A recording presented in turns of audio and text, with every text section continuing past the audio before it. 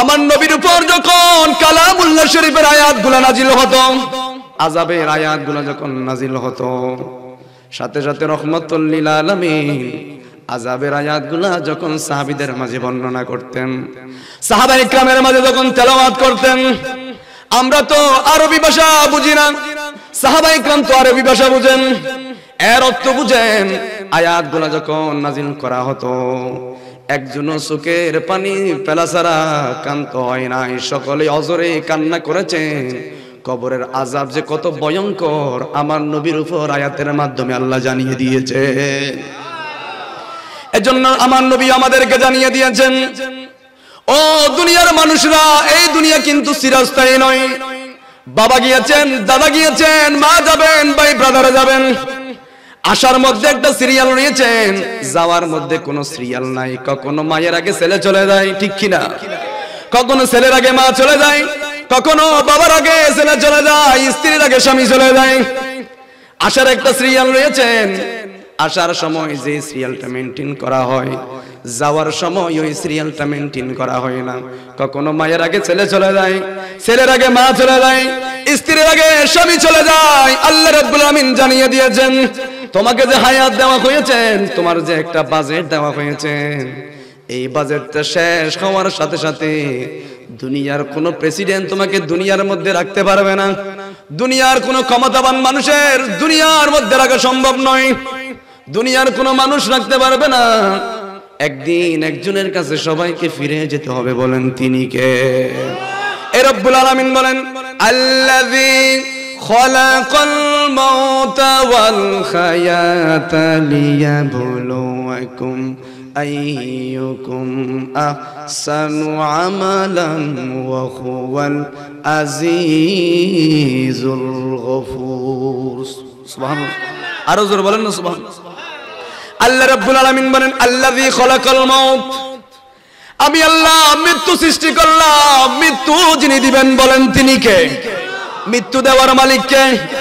আপনি মনে করছেন শত্রুরা চারিদিকে আপনাকে বেষ্টিত করে ফেলেছেন, আপনি মনে করতেছেন শত্রুরা গুলি নিয়ে আপনাকে তাড়া করতেছেন, খিস দিয়ে তাড়া করতেছেন। আল্লাহ রাব্বুল আলামিন নয় নয়, আল্লাহ বলেন জীবন দেওয়ার মালিক আমি, মৃত্যু দেওয়ার মালিক আমি। আমি আল্লাহ মৃত্যু দেব, জীবন দেব।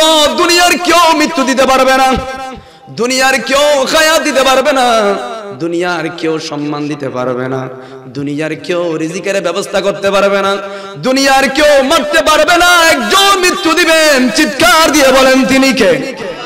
আল্লাহ রাব্বুল আমিন বলেন, আমি তো জীবন দেওয়ার মালিক, আমি তো মৃত্যু দেওয়ার মালিক, আমি তো হায়াত দেওয়ার মালিক। ও আল্লাহ, জীবন আপনি দিলেন, মৃত্যু আপনি দিবেন। আশাও আমাদের জন্য আমাদের পক্ষে সম্ভব নয়, আশা যেমন সম্ভব নয়, একদিন চলে যাব, নিজের ইচ্ছায় চাইলে যেতে পারবো না, একজন নিয়ে যাবেন, বলেন তিনি কে? বলেন না তিনি কে? আল্লাহ রাব্বুল আমিন বলেন, বান্দা তুমি আসো নাই এই দুনিয়ার মধ্যে, তুমি আসো নাই, তোমাকে পাঠানো হয়েছে। ইচ্ছা করলে এই দুনিয়া থেকে যাওয়া যাবে না, এই দুনিয়া থেকে একদিন খাতুমুল বিল খায়র করে আপনাকে যিনি নিয়ে যাবেন, বলেন তিনি কে? ওই রব্বুল আলামিন বলেন, আল্লাযী খালাকাল মাউত, আমি তো মৃত্যু সৃষ্টি করলাম, আমি তো মৃত্যু দেব, ওয়াল হায়াত, আমি তো মৃত্যুর মুখ থেকে বাঁচাই নিয়ে এসে 20 বছর হায়াত দেওয়ার মালিক, বলেন তিনি কে? ডাক্তার জবাব দিয়ে ফেলেছেন, আপনি, আপনার ক্যান্সার হয়েছে, আপনার মরণ ব্যাধি রোগ হয়েছেন, আপনি আর বেশি দিন বাঁচবেন না, হয়তো আর 30 দিন বাঁচবেন, হয় 1 মাস বাঁচবেন। ওই ব্যক্তি আস্তে আস্তে মুখের মধ্যে দাড়ি রাখা শুরু করেছেন, আছে না নাই? এখন সুদ খাওয়াটা বন্ধ করেছেন, আগে মদ খাইতো, ফেনজিডিল খাইতো, ইয়াবা খাইতো, বিভিন্ন অপকর্মের সাথে যুক্ত ছিল। এখন ডাক্তার বলেছেন, ও মিয়া, তোমার এই সম্পদ তোমাকে বাঁচাতে পারবে না, এই টাকা তোমাকে বাঁচাতে পারবে না, ক্ষমতা তোমাকে বাঁচাতে পারবে না, তোমার মরণ ব্যাধি ক্যান্সার হয়েছেন, মৃত্যু ব্যাধি তোমার ভয়ঙ্কর রোগ হয়েছেন, ব্রেন ক্যান্সার হয়েছেন, আছে না নাই? ব্রেন ক্যান্সার হয়েছে, তুমি আর 20 দিন বাঁচবেন। এখন মুখের মধ্যে দাড়ি রাখা শুরু করলেন, মাথার মধ্যে টুপি দেওয়া শুরু করলেন, রাস্তার মধ্যে যাকে পাই সবাইকে বললেন, ভাই আমাকে আপনি মাফ করে দিবেন, আমার এই রোগ হয়েছেন, আপনি আমাকে মাফ করে দিবেন। এখন যে মানুষটা শুক্রবার মসজিদের মধ্যে নামাজ পড়তে যেত না, ওই মানুষটা প্রতিনিয়ত 5 ওয়াক্ত নামাজের মধ্যে যায়, স্পেশাল তাহাজ্জুদের নামাজ পর্যন্ত আদায় করতেছে। তাহাজ্জুদের নামাজ যারা আদায় করবে তাদের দাম দুনিয়ার কেউ বাড়িয়ে দেয় না, যিনি বাড়িয়ে দেন বলেন তিনি কে? আল্লাহ রাব্বুল আলামিন বলেন, ওয়া মিনাল লাইলি ফাতাহাজ্জাদ বিহি নাফিলাতান লাকা আসা আইয়াবাসাকা রাব্বুকা মাকামান মাহমুদা। সুবহানাল্লাহ। রাতের আঁধারে যারা সিজদাতে রয়, দু চোখের শ্রুতে নদী যেন বয়, চলনার খাচানি যত আসুক পিছনে পিরো সে তাকায় না, যাদের হৃদয়ে আছে আল্লাহর ভয় তারা কবু পথ ভুলে যায় না। আল্লাহর প্রেম ছাড়া এই দুনিয়ায় কারো কাছে কোনো কিছু চাই না। সুবহানাল্লাহ বলেন। এখন ডাক্তার যখন জবাব দিয়ে ফেলেছেন আর আপনি 30 দিন বাঁচবেন, 40 দিন বাঁচবেন, এখন আর ক্ষমতা নাই। এখন তাহাজ্জুদের নামাজের মধ্যে গেলেন। এজন্য রব্বুল আলামিন কালামুল্লাহ শরীফের মধ্যে জানিয়ে দিয়েছেন, তাহাজ্জুদের নামাজের মধ্যে যারা অংশীদার হয়ে যায়, যারা রাতের বেলায় তাহাজ্জুদের নামাজ পড়ে পড়ে যায় নামাজটা যারা ভিজিয়ে দেয়, আল্লাহ বলেন 1 দিন 2 দিন 3 দিন 1 মাস 2 মাস 1 বছর 2 বছর এইভাবে যখন কন্টিনিউয়াস প্রতিনিয়ত 5 ওয়াক্ত নামাজ পড়ার পর তাহাজ্জুদের নামাজ যখন আপনি আদায় করবেন, আল্লাহ বলেন ওই ব্যক্তির জবানটা আমি আল্লাহর জবান হয়ে গেল, ওই ব্যক্তির হাত আমি আল্লাহর হাত হয়ে গেল, ওই ব্যক্তির পাটা আমি আল্লাহর পা হয়ে গেল। ওই ব্যক্তি কথা বলে না, ওই ব্যক্তির জবানের মাধ্যমে যিনি কথা বলেন বলেন তিনি কে? আল্লাহ রাব্বুল আলামিন তাদের ব্যাপারে কালামুল্লাহ শরীফের মধ্যে অসংখ্য জায়গার মধ্যে কালামুল্লাহ শরীফের মধ্যে আয়াত নাযিল করেছেন। কখনো বলেছেন ওয়ামা, কখনো বলেছেন ওয়ামা আরসালনাকা, আমার নবীর জন্য বলেছেন। আবার ওলিদের ব্যাপারে বলেছেন আলা ইন্না আউলিয়া আল্লাহি লা খাউফুন আলাইহিম ওয়া লা হুম ইয়াহজানুন। সুবহানাল্লাহ বলেন। তাদের কোনো ভয় নাই, তাদের কোনো চিন্তা নাই, তাদের কোনো দুনিয়ার কোনো চিন্তা নাই, আখিরাতের জন্য তাদের কোনো ভয় নাই। তাদের সাথে যারা শত্রুতামি করবে, তাদের বিরুদ্ধে যারা যাবে, তাদের জন্য যুদ্ধ যিনি ঘোষণা করবেন বলেন তিনি কে? এজন্য রব্বুল আলামিন কালামুল্লাহ শরীফের মধ্যে জানিয়ে দিয়েছেন জীবন দেওয়ার মালিক কে? আরো জোরে বলতে হবে, হায়াত দেওয়ার মালিক কে? আল্লাহ রাব্বুল আলামিন আর বড় বলেন লিয়াবলুয়াকুম আইয়ুকুম আহসানু আমালান ওয়া হুয়াল আজিজুল গফুর। আল্লাহ দুনিয়ার মধ্যে এতগুলো মানুষ সৃষ্টি করেছেন। ওই যে আমি বলতেছিলাম কবরের আযাব সম্পর্কে আমাকে বলা হয়েছে। কবর নিয়ে আমার নবী যখন বলতেন তখন সাহাবা ইকরাম অজরে কান্না করতেন। আয়াত যখন নাজিল হতো কালামুল্লাহ শরীফের মধ্যে আযাবের সেই আয়াতগুলো যখন নাজিল হতো আমার নবীজি বর্ণনা করতেন, সাহাবা ইকরাম অজরে কান্না করতেন। অজরে কান্না করতে করতে বুক ভিজাই ফেলতেন। যখন নামাজের মধ্যে আযাবের আয়াতগুলো নাজিল হতো, আযাবের আয়াতগুলো যখন তেলাওয়াত করা হতো, সমস্ত সাহাবায়ে কেরাম কান্না করতেন। আমার নবী সমস্ত সাহাবায়ে কেরামের কান্নাগুলো উপলব্ধি করেছেন। আমার নবী বলেন, ও আমার সাহাবায়ে কেরাম, কবরের আযাব থেকে যদি বাঁচতে চাও তাহলে আমার দেখানো পথ, আল্লাহ এবং আল্লাহর রাসূলের দেখানো পথ অনুযায়ী যদি চলো তাহলে তোমার কবরের আযাব হবে না, কবরটা তোমার জন্য জান্নাতের বাগান হবে। আর একটু জোরে বলেন না, কবরের মধ্যে কারো ক্ষমতা চলবে? আরো জোরে বলেন না, কবরে কারো ক্ষমতা চলবে? চলবে না। কবরের মধ্যে আপনি যখন যাবেন, কবরে যখন রাখা হবে, কবরের মধ্যে রাখার সময় বলা হবে মিনহা খলাকনাকুম ওয়া ফিহা নুঈদুকুম ওয়া মিনহা নুখরিজুকুম তারাতান উখরা। এই মাটি থেকে তোমাকে সৃষ্টি করা হয়েছে, এই মাটির মধ্যে তোমাকে রাখা হলো। আবার যেদিন ইসরাফিল আলাইহিস সালাম আল কারিয়াতু মাল কারিয়া ওয়া মা আদরাকা মাল কারিয়া যখন ইসরাফিল আলাইহিস সালাম ভয়ঙ্কর ফুৎকার দিবেন, যেদিন মানুষ থাকবে না, পাহাড় থাকবে না, জমি থাকবে না, কোনো কিছু থাকবে না, ওই দিন তৃতীয় ফুৎকারের সময় মাটি থেকে মানুষগুলাকে যিনি তুলবেন বলেন তিনি কে?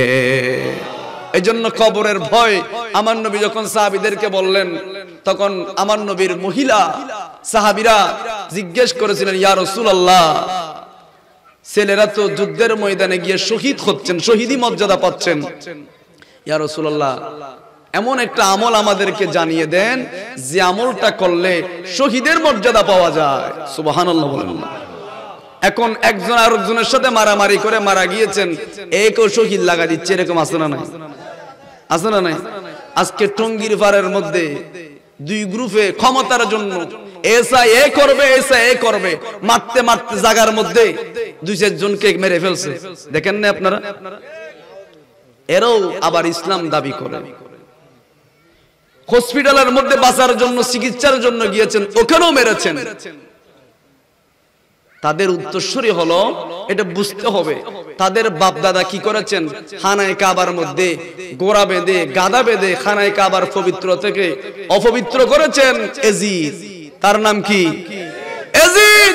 এজিদের বংশধর যারা হয়েছেন, ওই যে এজিদ যেমন খানায়ে কাবাকে অপবিত্র করেছেন, এজিদের বংশধররাও মসজিদের মধ্যে বলাৎকার করতেছে, মসজিদের সাথে মেয়েদের সাথে যৌন মিলন করতেছে। কথা বলেন ঠিক কিনা?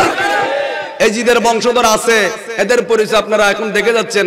এখন তার জায়গার জায়গায় সফর করতে হচ্ছে না, মোবাইলের মধ্যে মিডিয়ার মধ্যে সব এসে যাচ্ছে।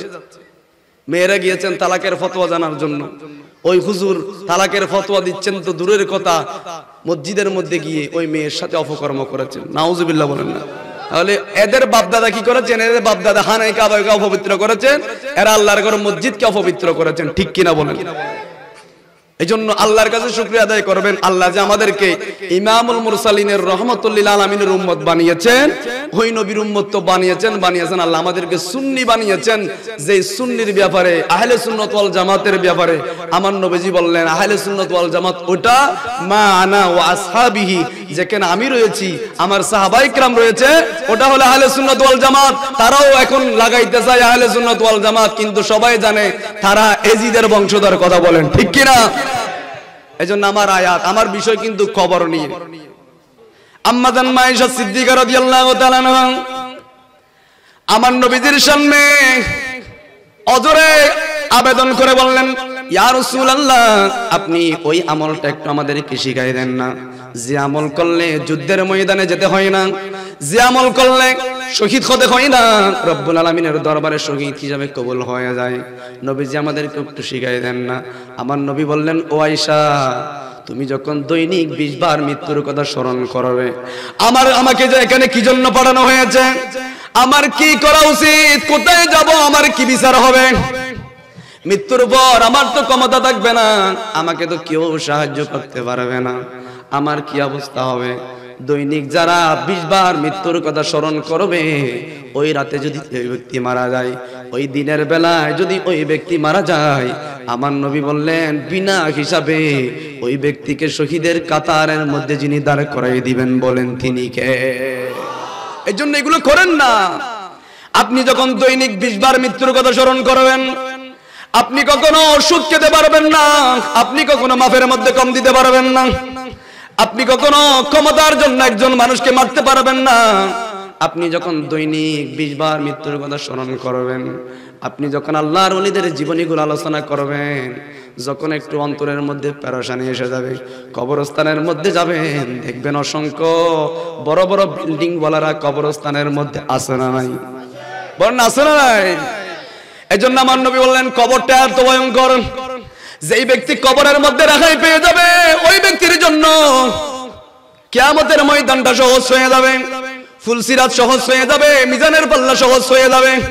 এজন্য কবরটা প্রথম মঞ্জিল। কবরের আযাব থেকে যেই ব্যক্তি রেহাই পাবে, আজকে যেই সূরাটা আমি তেলাওয়াত করলাম, আমার নবী বলেন, আমার উম্মতের মধ্যে কোন নরনারী যদি এই সূরার 30টা আয়াত যদি অন্তরের মধ্যে ধারণ করে, এই সূরার 30টা আয়াত যদি অন্তরের মধ্যে ধারণ করে সবাই যদি মুখস্থ করে রাখে, আমি নবীজি নুরানি জবানে বলে দিচ্ছি, ওই ব্যক্তির কবরের মধ্যে আযাব হবে না, ওই ব্যক্তি জান্নাতি বিছানা নিয়ে কবরের মধ্যে থাকবে। কবরের মধ্যে থাকবে। এজন্য আমার নবী বললেন কবরটা কারোর জন্য জান্নাতের বাগান হবে, কারোর জন্য জাহান্নামের গর্ত হবে।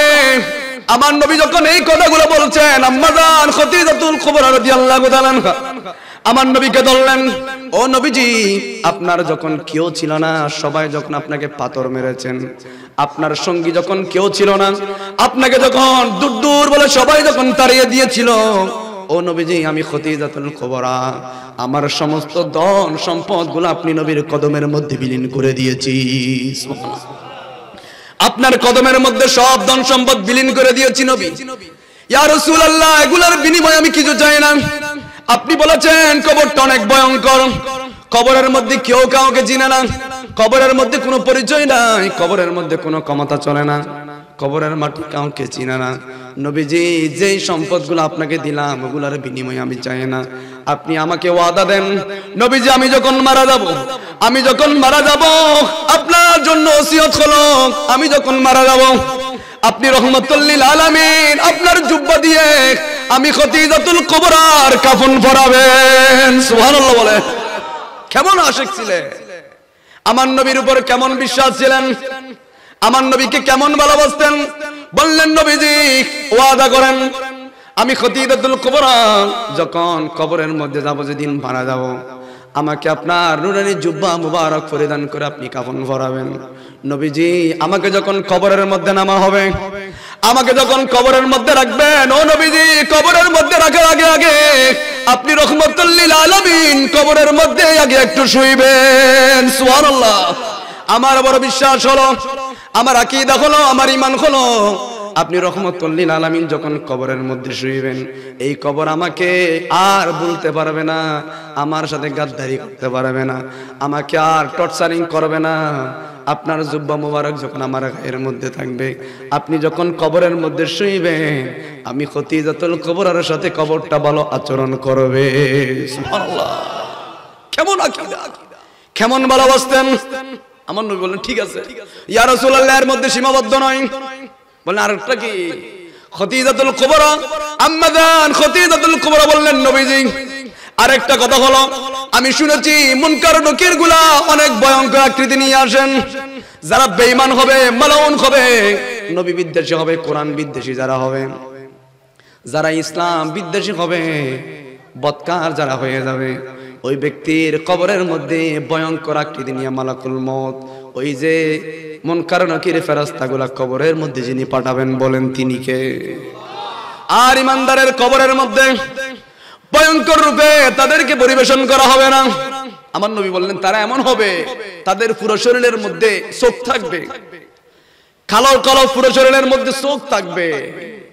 তাদের পরিচয় বর্ণনা করেছেন আমার নবীজি, ইমানদারের কাছে এই ধরনের ভয়ঙ্কর আকৃতি নিয়ে আসবে না, ইমানদারের কাছে এত সুন্দর আকৃতি নিয়ে আসবেন, ইমানদাররা ভয় পাবে না। তখন আম্মা জান খদিজাতুল কুবরা বললেন, ইয়া রাসূলুল্লাহ, আমি প্রশ্নের জবাব দিতে পারবো না, আপনি রহমাতুল লিল আলামিন নিজেই কবরের প্রশ্নের জবাবগুলো দিয়ে দিবেন। জোরে বলুন সুবহানাল্লাহ। নবীজির গোলামের, মৌলাজির গোলামের কোনো চিন্তা নাই, চলে নবীজির জান্নাতে, মদিনাতে যাই, চলে নবীজির জান্নাতে। মদিনা যেতে চাই কিনা? হাত তুলে বলেন তো, মদিনা কে কে যেতে চান? সবাই তো মদিনা যেতে চায়, একটু বলেন না, চলে নবীজির মদি। ও গো নবী, প্রাণের নবী, তুমি কামলিওয়ালা, তোমারি বিরহে জগতে হয় জালা, তোমারি বিরহে দু চোখ অসুর জড়াই, চলে নবীজির জান্নাতে মদি। নবীজির গোলামের, মৌলাজির গোলামের কোনো চিন্তা নাই, চলে নবীজির জান্নাতে। সবাইকে বলতে হবে মদিনা, চলে নবীজির জান্নাতে, চলে নবীজির জান্নাতে। আপনারা বলতেছেন না মদিনা যেতে চাই কিনা? এজন্য আমার নবী বলেন ইন্নাল ঈমানা লা ইয়ারজু ইলাল মদিনা, নিশ্চয় নিশ্চয় যারা আশিক রাসূল হবে, ঈমানদার যারা হবে, তাদের ঈমানটা মদিনার মধ্যে চলে যায়। সুবহানাল্লাহ। এজন্য যখন বলবেন ইয়া রাসূলুল্লাহ জীবনে একবার মদিনা যেতে চাই, এখান থেকে কবুল হলে মদিনা যেতে পারে কিনা বলেন না, পারে কিনা? জালালউদ্দিন সুয়ুতি ৭৫ বারে দেখিল নবীজি, বলেন জালালউদ্দিন।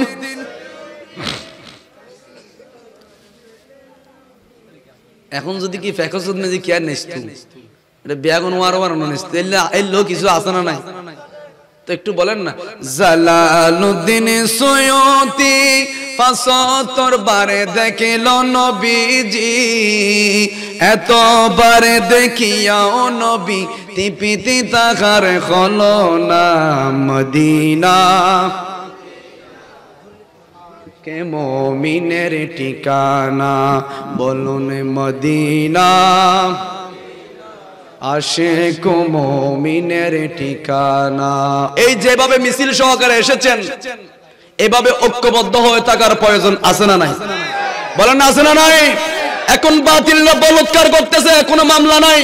মসজিদের মধ্যে জেনার কাজ করতেছে, কোনো মামলা নাই। এক গ্রুপের সাথে মারামারি করে মানুষ নিহত করতেছে, কোনো মামলা নাই। আমার তাইরি বাড়ির কোনো দোষ নাই, নিরপরাধ মানুষকে মামলা দিয়ে হয়রানি করতেছে, আছে না নাই? এখন সুন্নি জামাত আর এদিক ওদিক তাকানোর প্রয়োজন নাই। আমরা সবাই একত্রিত হয়ে জানিয়ে দিতে চাই, এটা তোমার বাপ দাদার দেশ নয়, এটা শাহজালালের দেশ। কথা বলেন ঠিক কিনা? এটা বাইজিদ বুস্তামির দেশ। কথা বলেন ঠিক কিনা? এটা সহিংসাই আদালতের দেশ। কথা বলেন ঠিক কিনা? এখানে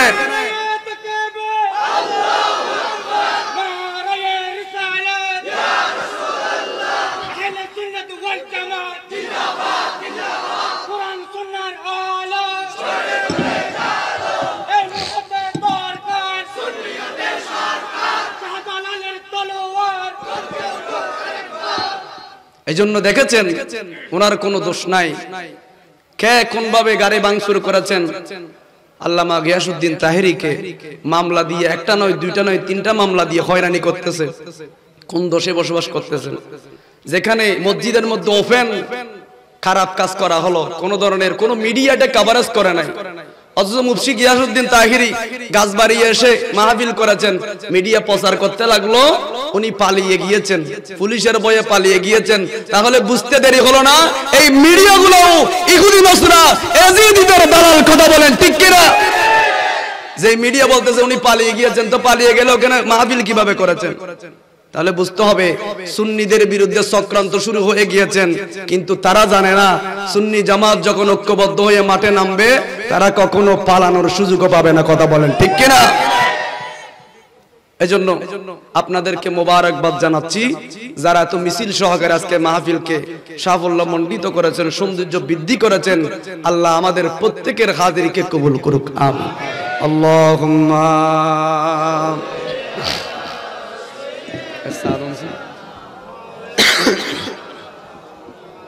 ওয়ালা আলি সাইয়্যিদিনা।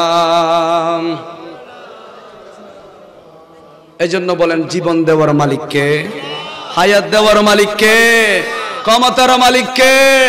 এজন্য রব্বুল আলামিন বলেন আল্লাযী খালাকাল মাউতা ওয়াল হায়াতা লিয়াবলুয়াকুম আইয়ুকুম আহসানু আমালান ওয়া হুয়াল আজিজুল গফুর। আমি আল্লাহ যাকে চাই জীবন দান করব, যাকে চাই মৃত্যু দেব, যাকে চাই সম্মান দেব, যাকে চাই নির্যাতিত করব। সম্মান দেওয়ার মালিক বলেন তিনি কে? আল্লাহ বলেন আল্লাযী খালাকাল মাউত, আমি আল্লাহ মৃত্যু দেব, ওয়াল হায়াত, আমি আল্লাহ তাদেরকে আবার হায়াত দান করব। দুনিয়ার যত মানুষ মিথ্যা মামলা দেখ না কেন, যিনি সম্মান দিবেন বলেন তিনি কে? এজন্য মিথ্যা মামলা হবে, লাঞ্ছিত করা হবে, ঘরের মধ্যে আসতে দেওয়া হবে না, বিভিন্ন ভাবে হেনস্থ করা হবে। আল্লাহ রাব্বুল আলামিন বলেন এটা তো ওদের এজাম নয়, এটা আমি আল্লাহ যদি কোনো মানুষকে সম্মান দিই পৃথিবীর মধ্যে কেউ অসম্মানিত করতে পারবে না, কারণ সম্মান যিনি দিবেন বলেন তিনি কে? এইজন্য আম্মা জান খাদিজাতুল কুবরা উনি যখন ইন্তেকাল করলেন, আমার রাহমাতুল লিল আলামিন অনেক ব্যথায় ব্যথিত হলেন। আমার বিপদের দিনের সঙ্গিনী, আমার ইসলামের জন্য আম্মা জান খাদিজাতুল কুবরা ইসলামের জন্য সমস্ত সম্পদ বিলীন করে দিয়েছেন। আমার নবী অনেক ব্যথিত হলেন। তখন সাহাবায়ে কেরাম যখন কবর করতে লাগলেন, আমার নবী বললেন, ও আমার সাহাবায়ে কেরাম, তোমরা সবাই একটু কবর থেকে উঠে যাও। আমি নবীর সাথে সংকল্প হয়েছেন, আমি নবীর সাথে ওয়াদা হয়েছেন, আমার খাদিজাতুল কুবরার কবরের মধ্যে আমি মুহাম্মাদুর রাসূলুল্লাহ সাল্লাল্লাহু আলাইহি ওয়াসাল্লাম কবরের মধ্যে নামবো। আমার সাথে ওনার ওয়াদা হয়েছেন, ওনার কবরের মধ্যে আমি নামবো। আমার নবীজি কবরের মধ্যে নামলেন। কবরের মধ্যে আমার নবী শুইলেন, রাহমাতুল লিল আলামিন কবরের মধ্যে শুয়ে গেলেন। আমার নবীজি নিজেই জানাজার ইমামতি করলেন। আমার নবীজি ইমামতি করার পর সাহাবায়ে কেরাম সবাই কবরের চারিদিকে দাঁড়ালেন। রাহমাতুল লিল আলামিন কবরের মধ্যে নামাই দিচ্ছেন, মিনহা খলাকনাকুম ওয়া ফিহা নুঈদুকুম ওয়া মিনহা নুখরিজুকুম তারাতান উখরা। সুবহানাল্লাহ। আমার নবীজি কবরের মধ্যে নামাই দিচ্ছেন, অজরে কান্না করলেন। আমার রাহমাতুল লিল আলামিন কান্না করতেছেন। কবরের মধ্যে নামাই দেওয়া হলো। কবরের মধ্যে আস্তে আস্তে মাটি দেওয়া হলো। আস্তে আস্তে কবরের মধ্যে সবকিছু যখন কমপ্লিট করা হলো, সিদ্দিক আকবর বললেন, চলেন নবী বাড়ির মধ্যে যাই। আমার নবী বললেন, ও সিদ্দিক, তোমার যদি মন চায় তুমি বাড়ির মধ্যে যাও, আমি বাড়ির মধ্যে যাব না। এই যে কবরের মধ্যে নামাই দিচ্ছি রে সিদ্দিক, এটা আমার জীবনের মধ্যে দুনিয়ার জীবনের সঙ্গিনী। মক্কার মধ্যে সবাই যখন আমাকে পাথর মেরেছেন, সবাই যখন মুহাম্মদ পাগল বলে স্লোগান দিয়েছেন, আমার খাদিজাতুল কুবরা আমাকে ছেড়ে যায় নাই। সবাই যখন ছেড়ে দিয়েছেন, সবাই যখন পাগল বলেছেন, সবাই যখন দূর দূর বলে ঘর থেকে যখন তাড়িয়ে দিয়েছেন, আমার খাদিজাতুল কুবরা আমাকে তাড়িয়ে দেয় নাই। আমার খাদিজাতুল কুবরার সাথে আমার ওয়াদা হয়েছেন, এই কবরের 3টা প্রশ্নের জবাব আমি রাহমাতুল লিল আলামিন কবরের জবাব পুরা দিয়ে দেব। ও সুবহানাল্লাহ। সিদ্দিক, তোমার যদি মন চায় তুমি বাড়ির মধ্যে ফিরে যাও, আমি যাব না। ও আমার সাহাবায়ে কেরাম, তোমাদের যদি মন চায় তুমি বাড়ির মধ্যে ফিরে যাও। আমার নবী বললেন, আমার খাদিজাতুল কুবরার সাথে আমার ওয়াদা হয়েছেন, কবরের 3টা প্রশ্নের জবাবগুলো আমি নবীজি দেব। এজন্য আমি দাঁড়িয়ে আছি। আবু বকর সিদ্দিক সহ সবাই দাঁড়িয়ে আছেন, কারণ ওনাদের বিশ্বাস হলো নবী সারা 1 মিনিট নবীর থেকে আলাদা হয় নাই। ঠিক কিনা বলে? আমার নবীকে ভালোবাসার কারণে আবু বকর সিদ্দিক হয়েছেন, ওমর ফারুক আজম হয়েছেন, উসমান জিন্নুরাইন হয়েছেন, মওলা আলী শেরে খুদা হয়েছেন, কারণ আমার নবীকে জীবনের চাইতে ভালোবাসার কারণে। ঠিক কিনা বলেন? আমার নবীকে ভালোবাসার নাম সাহাবী, আমার নবীর প্রতি বিদ্বেষ রাখার নাম হলো ওয়াহাবি। কথা বলেন ঠিক কিনা? এইজন্য ওনারা ছেড়ে যায় না। নবীজি বললেন, যাও তোমরা বাড়ির মধ্যে ফিরে যাও, আমি যাব না। আমার সাথে অঙ্গীকার হয়েছেন, ওয়াদা হয়েছেন, কবরের প্রশ্নের জবাবগুলো আমি দিয়ে যাব। আমার নবী দিতে পারেন কিনা? আমার নবী কি আমাদের মতো? বলেন আমাদের মতো। আমার নবীজি আমাদের মতো কোত্থেকে হবে? নবীজি ইশারা করলে চাঁদ টুকরা হয়ে যায়। নবীজি ইশারা করলে চাঁদ উদিত হয়। নবীজি অল্প পানির মধ্যে রাখলে হাত, সেখান থেকে নহর সৃষ্টি হয়। আমার নবীজি মরা খেজুর গাছের সাথে হেলাম দিয়েছেন, খেজুর গাছটাও জীবিত হয়ে গেছে। সুবহানাল্লাহ বলেন না? আমার নবী বললেন, তোমরা ফিরে যাও। কেউ যায় নাই। আমার নবীজি কবরের মধ্যে দাঁড়ালেন, কবরের পাড়ের মধ্যে দাঁড়ালেন। 1 মিনিট দাঁড়ালেন, 2 মিনিট দাঁড়ালেন, 3 মিনিট দাঁড়ালেন, 1 ঘন্টা, 2 ঘন্টা, এইভাবে কবরের মধ্যে দাঁড়িয়ে আছেন। আমার নবীজি কবরের মধ্যে দাঁড়িয়ে আছেন। এইভাবে যখন অনেক দেরি হয়ে গেলেন, আসমান থেকে জিবরাইল আমিন এসে বললেন, আসসালাতু ওয়াসসালামু আলাইকা সাইয়্যিদি ইয়া রাসূলুল্লাহ। বলেন ইয়া রাসূলুল্লাহ। আসমান থেকে জিবরাইল আমিন আসলেন, নবীজি কেন দাঁড়িয়ে আছেন? আপনি ঘন্টার পর ঘন্টা কবরে কেন দাঁড়িয়ে আছেন? আমার নবী বললেন, ও জিবরাইল, কবরের মধ্যে কাকে রাখছি তুমি কি জানো কিনা? উনি আমার বিপদের দিনের সঙ্গিনী, উনি আমার বিপদের দিনের সঙ্গিনী, আমাকে উনি ছেড়ে যায় নাই। ওনার সাথে আমার ওয়াদা হয়েছেন, কবরের 3টা প্রশ্নের জবাবগুলো আমি দিয়ে যাব। এখন তো মুনকার নাকিরের প্রশ্নের জবাবের গুলা দেওয়ার জন্য আমি দাঁড়িয়ে আছি, কিন্তু কবরের মধ্যে তো মুনকার নাকির তো আসে না। জিবরাইল, কবরের মধ্যে মুনকার নাকির তো আসে না। জিবরাইল আমিন বললেন, ইয়া রাসূলুল্লাহ, মুনকার নাকির জীবনও এই কবরের মধ্যে আসবে না। এই মহিলাটা এমন ভাবে আল্লাহর সাথে কবুল হয়েছেন, আরশ আজিম থেকে রব্বুল আলামিন এই মহিলাকে সালাম জানিয়েছেন। সুবহানাল্লাহ, আল্লাহ সালাম জানিয়েছেন। পৃথিবীর মধ্যে কোন মহিলাকে আল্লাহ সালাম জানাই নাই, একমাত্র নবীর সাথে বাজার কারণে এত সম্মান যিনি দামি বানিয়েছেন, বলেন তিনি কে? আমার নবীর সাথে বাজার কারণে আল্লাহ আরশ আজিম থেকে সালাম দিয়েছেন। ওই যে জিবরাইল আমিন এসে বললেন, নবীজি আপনি কবরের মধ্যে আপনি দাঁড়িয়েছেন, ঠিক আছে, যেই প্রশ্নের জবাবগুলো দেওয়ার জন্য দাঁড়িয়েছেন, ওই মহিলাটা আল্লাহর কাছে এত দামি হয়েছেন, স্বয়ং রব্বুল আলামিন আরশ আজিম থেকে কবরের জবাবগুলো দিয়ে দিয়েছেন। এত মুহাব্বত, এত দামি হয়েছেন একমাত্র নবীজির সাথে বাজার কারণে। জোরে বলুন সুবহানাল্লাহ। দো জাহানে কি যে হবে আমার পরিচয়, প্রিয় নবীর গোলামে সারা, প্রিয় নবীর গোলামে সারা। দো জাহানে কি যে হবে আমার পরিচয়, প্রিয় নবীর নয়, প্রিয় নবীর গোলামে চারা। নবীর গোলাম পরিচয় দেয় যখন সফিনা, বনের সিংহ পথ দেখালেন নেই কোনো ভাবনা, ঠিক কিনা?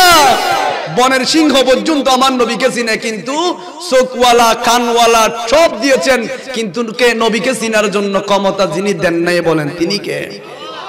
নবীর গোলাম পরিচয় দেয় যখন সফিনা, বনের সিংহ পথ দেখালেন নেই কোনো ভাবনা। ইহ পর জগতে যাহার জন্য বিজয় হয়, প্রিয় নবীর গোলামে সারা নয়, প্রিয় নবীর। দো জাহানে কি যে হবে আমার পরিচয়, প্রিয় নবীর। বাগ যদি প্রসন্ন হয় নবীর গোলামি, বাগ যদি প্রসন্ন হয় নবীর গোলামি, নূরে নবীজির গোলামে হওয়া রাজার চেয়েও দামি, ঠিক কিনা? আমার নবীজির গোলামি এটা কোটি মন্ত্রীর চাইতে, কোটিপতির চাইতে আমার নবীজির গোলাম হওয়া এটা আল্লাহর কাছে সবচেয়ে দামি, কথা বলেন ঠিক কিনা? নূরে নবীজির গোলামে খাওয়া রাজার চেয়েও অদমে বলে এই দুনিয়ার সম্পদে কিছুই নয়, নূরে নবীজির গোলামে খাওয়া, নূরে নবীজির গোলামে সারা। দো জাহানে কি যে হবে আমার পরিচয়, নূরে নবীজির গোলামে ছাড়া অন্য কিছুই নয়, প্রিয় নবীর গোলামে ছাড়া অন্য কিছুই নয়। আল্লাহুম্মা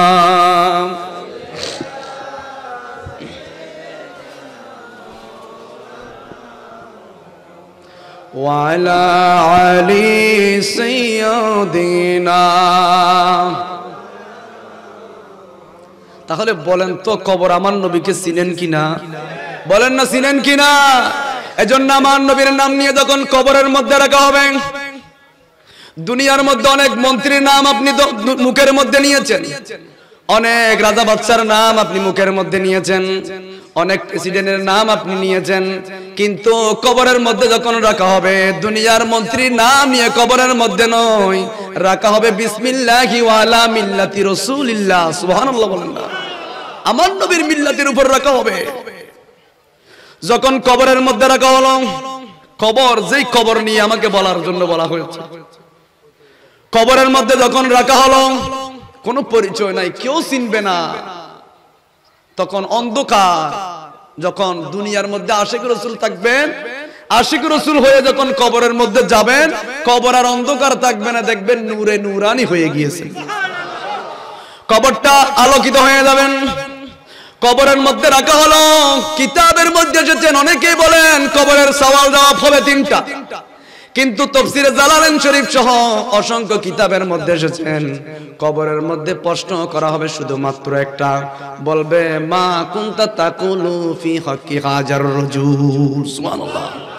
আমার নবীজি কবরের মধ্যে দাঁড়িয়ে থাকবেন, আমার নবীকে কবরের মধ্যে আসার জন্য যিনি ক্ষমতা দিয়েছেন বলেন তিনি কে?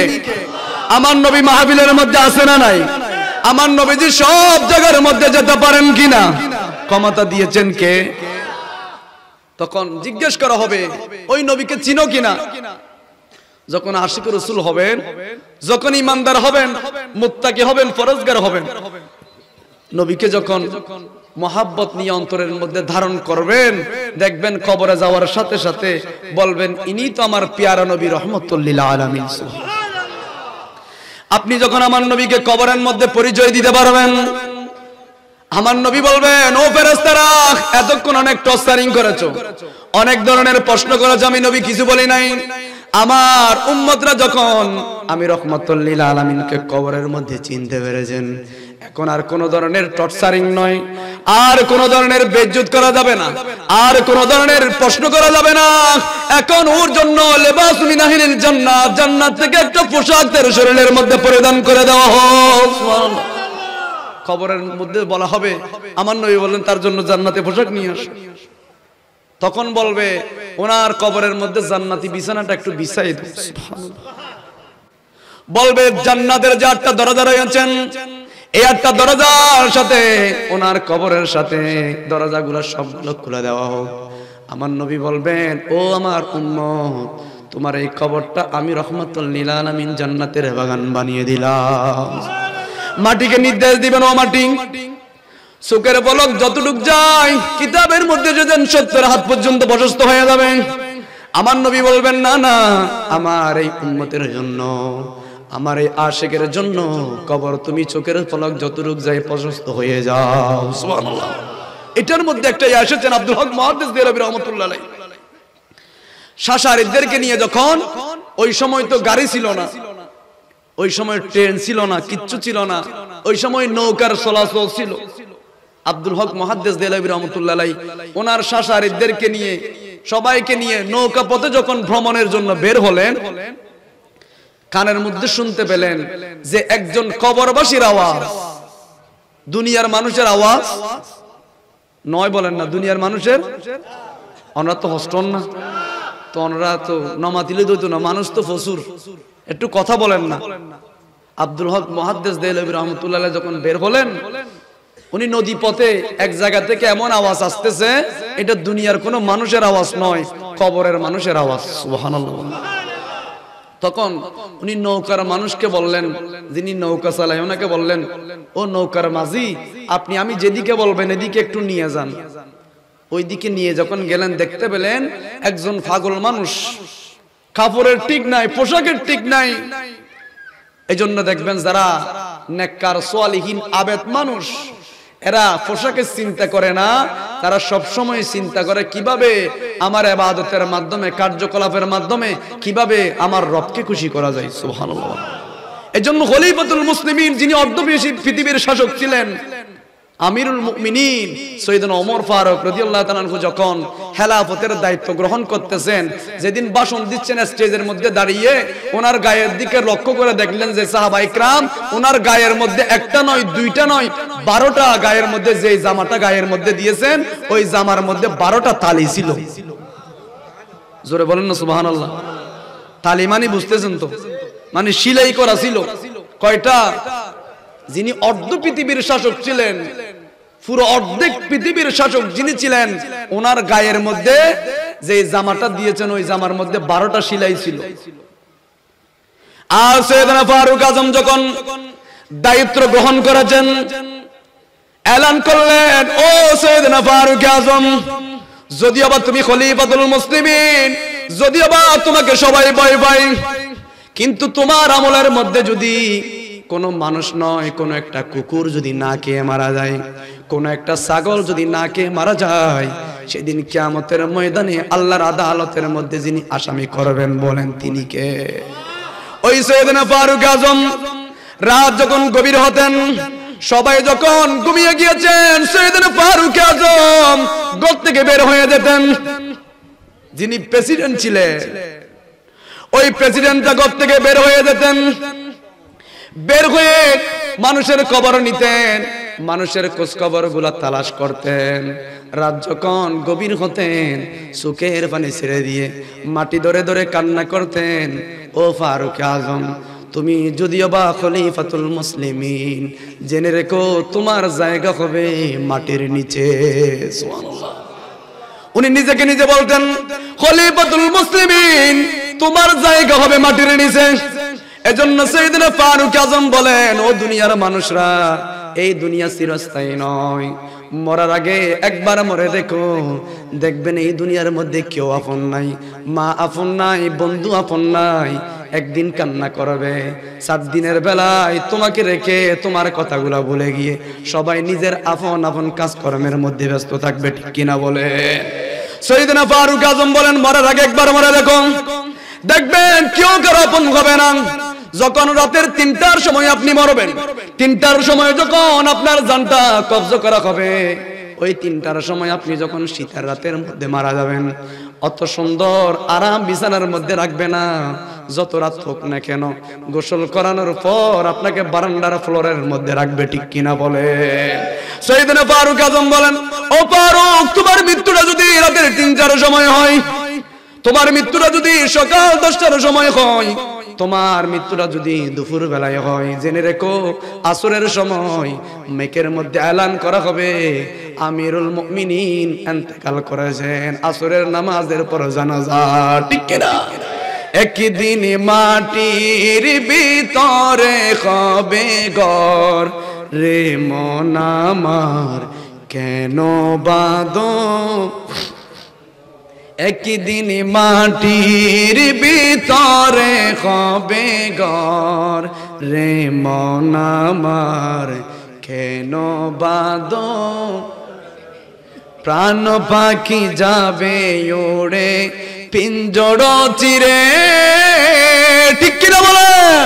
বিল্ডিং পরে থাকবে, সম্পদ পড়ে থাকবে, বান্ডিলের পর বান্ডিল টাকা আপনি মানুষের হক মেরে রেখেছেন, ওগুলো পড়ে থাকবে।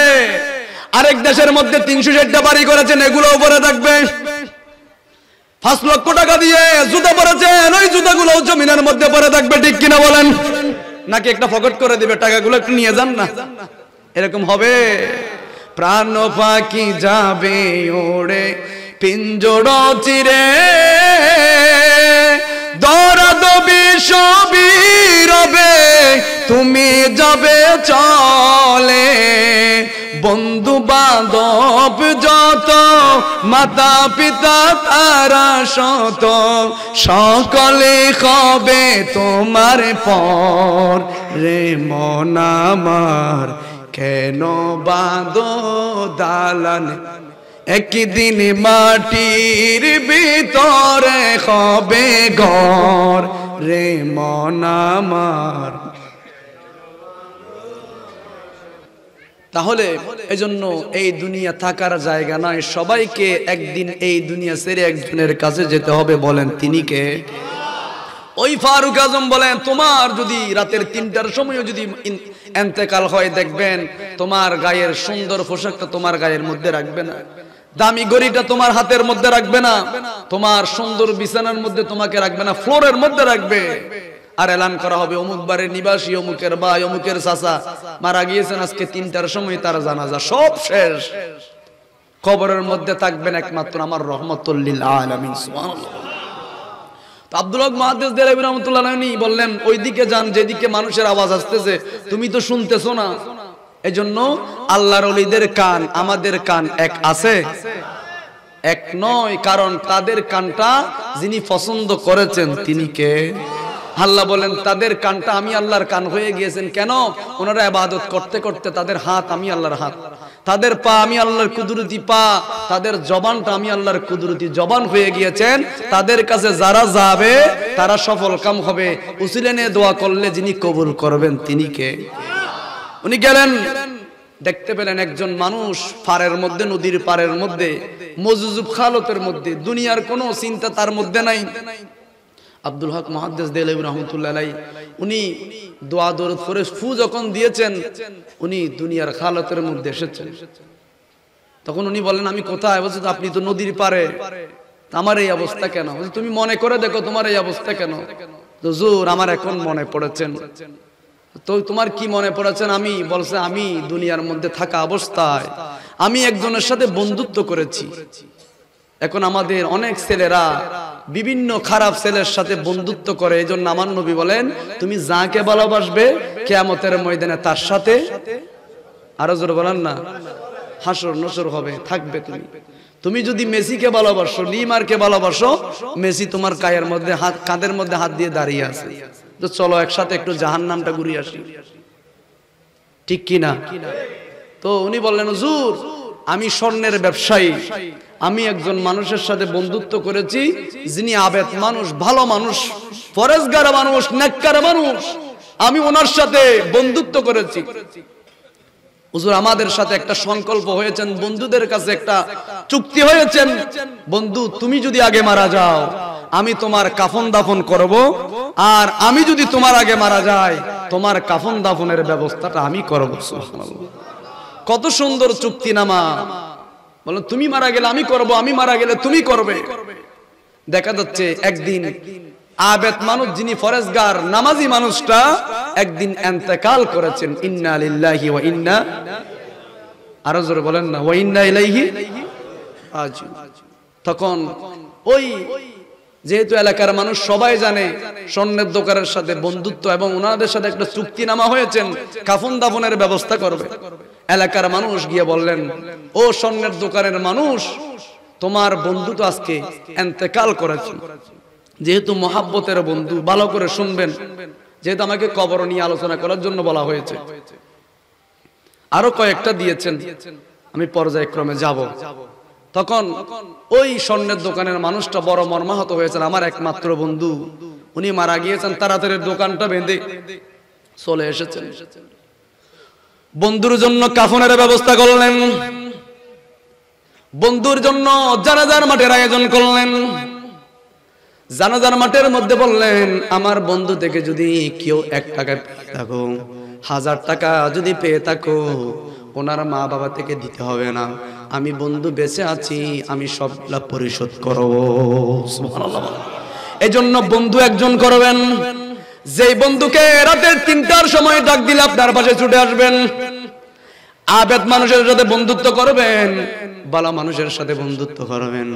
এজন্য মুরব্বীরা বলে ভালো মানুষের সাথে গেলে কি বলে, হাই বাটার ফান। অমানুষের সাথে বন্ধুত্ব করলে কাটা যায় কান, ঠিক কিনা বলে? উনি বললেন আমার বন্ধুর জানাজার মধ্যে আমি শরীক হয়ে গেলাম, আমার বন্ধু থেকে যদি কেউ টাকা পাও আমি দেওয়ার জন্য উপস্থিত হয়ে গেলাম। বলে না, তোমার বন্ধু তো কারো থেকে ধার নেই নাই, তোমার বন্ধু সুদ খায় নাই, তোমার বন্ধু মানুষের হক নষ্ট করে নাই। এখন বন্ধুর জানাজা সম্পন্ন হলো, কবরের মধ্যে নিজেই নামাই দিচ্ছেন। নামাই দেওয়া শেষ, নামাই দেওয়ার সাথে ওই পকেটের মধ্যে একটা স্বর্ণ ছিল, নামাই দেওয়ার সাথে সাথে স্বর্ণটা কবরের মধ্যে পড়ে গিয়েছে। আরো জোরে বলেন না। কবর কমপ্লিট করে ফেললেন, ঘরের মধ্যে গিয়ে দেখলেন যে কবরের মধ্যে ওই যে পকেটের মধ্যে এত বড় যে স্বর্ণ টুকরা ছিল, এটা আর পকেটের মধ্যে, জোরে বলেন না, পকেটের মধ্যে নাই। স্ত্রীকে বললেন আমার স্বর্ণটা মনে হয় কবরের মধ্যে পড়ে গিয়েছেন, আমার হুঁশ ছিল না। আমার মহাব্বতের বন্ধুকে যখন কবরের মধ্যে নামাই দিচ্ছি মনে হয় কবরের মধ্যে স্বর্ণ পড়ে গিয়েছেন। স্ত্রী বললেন দেখবেন মহিলারা স্বর্ণের পাগল বেশি, কাপড়ের পাগল বেশি। যে না, এত বড় স্বর্ণ তো কবরের মধ্যে রাখা যাবে না, যেইভাবে হোক কবর থেকে স্বর্ণটা আনার জন্য তুমি একটু ব্যবস্থা করো। না, সবাই যদি দেখে আমাকে তো মারতে মারতে মারে ফেলবে, তুমি দুনিয়ার মধ্যে এই বন্ধুত্ব করছো, একটা স্বর্ণের বার সহ্য করতে পারতেছো না। বউ বললেন না, তোমাকে এই স্বর্ণ তুমি যদি না আনো তোমাকে ঘরের মধ্যে ঢুকা হবে না। এরকম বউ ফলা শোনামিও আছে না নাই? বউয়ের কথায় উঠে বউয়ের কথায় বসে আছে না নাই? উনি বললেন তুমি আসতে পারবে না, বউ বললেন ঘরের মধ্যে ঢুকাবো না। উনি বললেন দিনের বেলায় যদি যাই মানুষ তো মারতে মারতে মারি ফেলবে। রাতের বেলায় বন্ধুর কবরের মধ্যে গেলেন, উদ্দেশ্য হলো বড় একটা স্বর্ণের টুকরা বন্ধুর কবরের মধ্যে পড়ে গেল। আব্দুল হক মুহাদ্দিস দেহলভী রাহমাতুল্লাহ আলাইহি ওই পাগল বলতেছেন, যিনি স্বর্ণের ব্যবসায়ী, হুজুর আমার ঘটনা শুনেন, আমার কি অবস্থা হয়েছে। আমি যখন বন্ধুর কবরের মধ্যে রাতের বেলায় যখন গেলাম, কবরটা যখন করতে লাগলাম, করতে করতে করতে করতে যখন ছিদ্র হয়ে গেল, কবর থেকে দেখা যাচ্ছে নূরে নূরানি হয়ে কবরটা নূরে নূরানি হয়ে গেছে। সুবহানাল্লাহ। আমার বন্ধুর কবরটা নূরানি হয়ে গেল।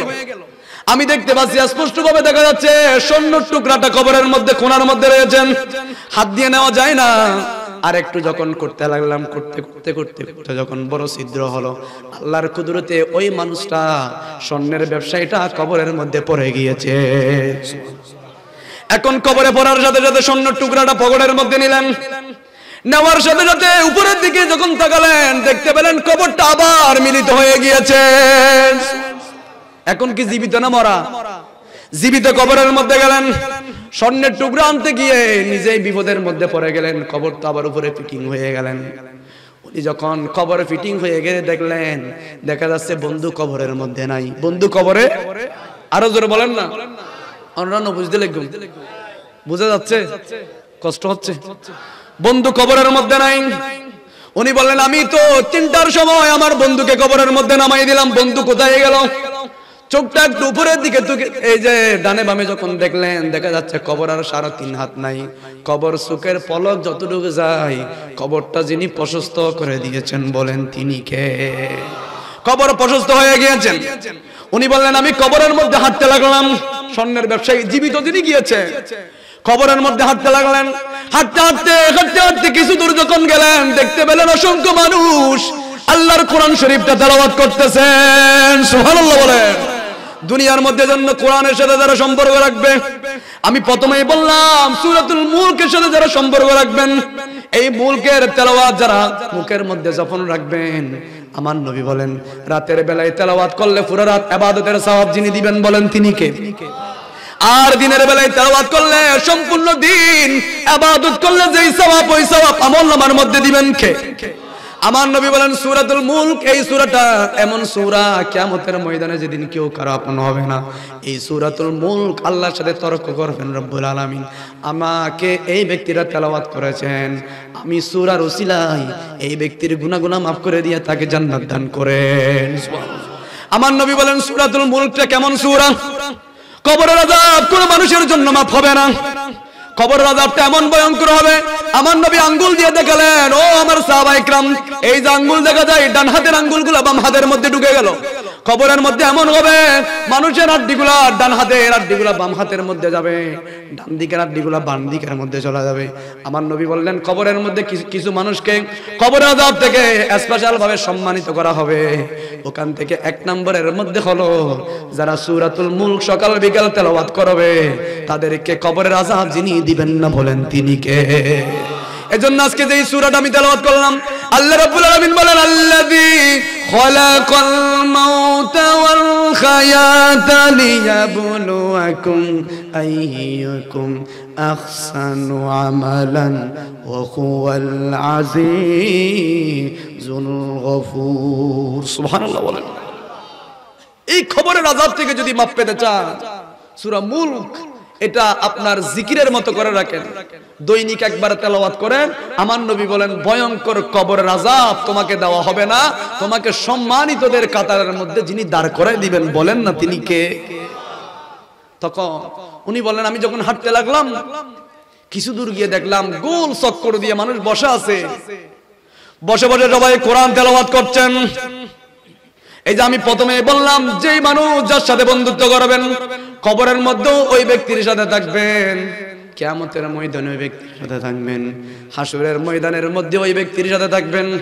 আমার নবী বললেন, ওই যে আব্দুল হক মুহাদ্দিস দেহলভী রাহমাতুল্লাহ আলাইহি ওই স্বর্ণের ব্যবসায়ী বললেন, হুজুর আমি যখন কিছু দূর গিয়ে দেখতেছি সবাই গোল চক্কর দিয়ে একই সাথে বসে কোরআনে পাকের তেলাওয়াত করতেছেন। আমি খুঁজে দেখলাম আমার বন্ধু তো কোরআন তেলাওয়াতকারীর মধ্যে নাই। আমার বন্ধু কোরআন তেলাওয়াতকারী মানুষগুলো অসংখ্য মানুষ দেখা যায়, ওখানে তো আমার বন্ধু নাই। আমার বন্ধুকে তালাশ করতে লাগলাম, আমি ওটা বাদ দিয়ে আরেকটা দেখলাম। কিছু দূর যখন গেলাম দেখতে পাচ্ছি কিছু মানুষ মহান রব্বুল আলামিনের প্রেমে দাঁড়িয়ে দাঁড়িয়ে নামাজ পড়ছেন। সুবহানাল্লাহ বলে দাঁড়িয়ে নামাজ পড়ছেন। নামাজ পড়তেছে, ওখানে আমার বন্ধু নাই।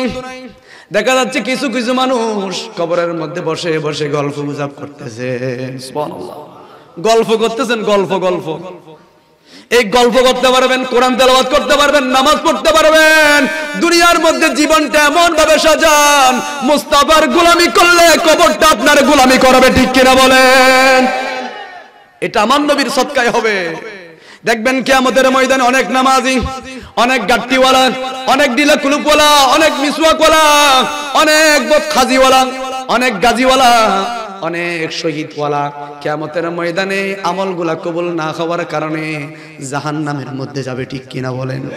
কিন্তু আশিক রাসূলরা আমার নবী বলেন, উম্মত তোমাদের কোনো ভয় নাই, আল্লাহ তো কুরআন কালামুল্লাহ শরীফের মধ্যে বলে দিয়েছেন, ওয়ালাউ আন্নাহুম মিযলামু আনফুসাহুম জাউকা, নবীজির দরবারের মধ্যে যাও, আমার নবীকে ভালোবাসো। আবার অন্য জায়গার মধ্যে বলে দিয়েছেন, হাবিব বলে দেন, কুলিন কানা আবাউকুম ওয়া আবনাউকুম ওয়া ইখওয়ানুকুম, হাবিব জানিয়ে দেন তাদের মায়ের চাইতে, তাদের বাবার চাইতে সবচেয়ে বেশি মহব্বত যিনি চেয়েছেন আমার নবীর জন্য, বলেন তিনি কে? আমার নবীকে বললেন, হাবিব একটু বলে দেন কিয়ামতের ময়দানে যাতে এই মানুষগুলা মিথ্যা বলতে না পারে, এই মানুষগুলা যাতে কিয়ামতের ময়দানে যাতে বলতে না পারে আমাদের কাছে রাসূল আসে নাই, আমাদের কাছে এই কথাগুলা বলা হয় নাই, আমাদেরকে আয়াতগুলা তেলাওয়াত করা হয় নাই, এই কথাগুলা যাতে বলতে না পারে আপনার কাজ হলো পৌঁছে দিবেন। হেদায়েত যিনি দিবেন বলেন তিনি কে? যার কানের মধ্যে হেদায়েত নাই, যার কলবের মধ্যে হেদায়েত নাই, আল্লাহ রাব্বুল আলামিন বলেন, হাবিব যত বুঝান না কেন ওই ব্যক্তি কখনো ইসলামের সুশীতল বাণীর মধ্যে আসবে না, ছায়ার মধ্যে আসবে না, কারণ তাদের কলবের মধ্যে যিনি মোহর যিনি মেরে দিয়েছেন বলেন তিনি কে? খতামাল্লাহু আলা কুলুবিহিম ওয়া আলা সামিহিম ওয়া আলা আবসারিহিম গিশাওয়াতুন ওয়া লাহুম আযাবুন আযীম। সুবহানাল্লাহ বলেন। আল্লাহ বলেন তাদের কানের মধ্যে মোহর মেরে দেওয়া হলো, তাদের চোখের মধ্যে তালা মেরে দেওয়া হলো, শরীরের মধ্যে তালা মেরে দেওয়া হলো, সর্ব অঙ্গ প্রত্যঙ্গের মধ্যে যিনি মোহর যিনি মেরে দিয়েছেন বলেন তিনি কে? হাবিব যত বুঝেন না কেন, অথচ আমার নবী চাঁদ টুকরা করে ফেলেছেন। আবু জাহেল বললেন, বাইফু তোমার মতো জাদুঘর আমি পৃথিবীর মধ্যে দেখি নাই। আরো জোরে বলেন না নাউজুবিল্লাহ। আরেকবার বললেন, ভাতিজা তুমি নাকি নবী, একটু বলো তো দেখি আমার হাতের মধ্যে কি আছে। আমার নবী বললেন, ও চাচা আমি বলবো হাতের মধ্যে কি আছে নাকি হাতের মধ্যে কি আছে উনি বলবেন আমি কে? উনি বললেন, এটা তো অনেক ভালো কথা, হাতের মধ্যে যিনি আছে উনি যদি বলতে পারে তোমার পরিচয়, এর সেই তার বেশি কি হতে পারে? হাতের ওই কঙ্কর গুলা হাতের মধ্যে থেকে বলে দিয়েছেন, লা ইলাহা ইল্লাল্লাহু মুহাম্মাদুর। এই কথা যখন বললেন, আমার নবীজির কালিমা যখন তেলাওয়াত করলেন, উনি বললেন, ভাতিজা তোমার মতো এত বড় জাদুঘর আমি পৃথিবীর মধ্যে দেখি নাই। আমি বিভিন্ন দেশের মধ্যে গেলাম, বিভিন্ন বৈজ্ঞানিকের সাথে আমার পরিচয়, বিভিন্ন জাদুঘরের সাথে আমার পরিচয়, আমি সব জায়গার মধ্যে গিয়েও বলতে লাগলাম তোমার মতো এত বড় জাদুঘর পৃথিবীর মধ্যে একটাও নাই। নাউজুবিল্লাহ বলেন না। কালিমা নসিব হয় নাই, এজন্য আল্লাহ রাব্বুল আলামিন বলেন, হাবিব আপনি একটু প্রচার করবেন, আপনার কাজ হলো জানিয়ে দেওয়া, আপনি দাঁড়ে দাঁড়ে পৌঁছে দিবেন। এই পৌঁছানোটা আমার নবীজি যখন পৌঁছে দিলেন, আমার নবীকে পাগল বলেছেন, আমার নবীকে মজনুন বলেছেন, আমার নবীর নুরানি শরীরটা রক্তাক্ত করেছেন, ঠিক কিনা বলে? এজন্য আশিক রাসূল যদি হয়ে যায়, খবর আপনারা যদি সুন্দর ব্যবহার করবেন, খবরের মধ্যে লাল গালিচার সম্বর্ধনা দেওয়া হবে। দুনিয়ার মধ্যে প্রাইম মিনিস্টারকে যেইভাবে দেওয়া হয় ওইভাবে নয়, এটা তুলনা করা যাবে না।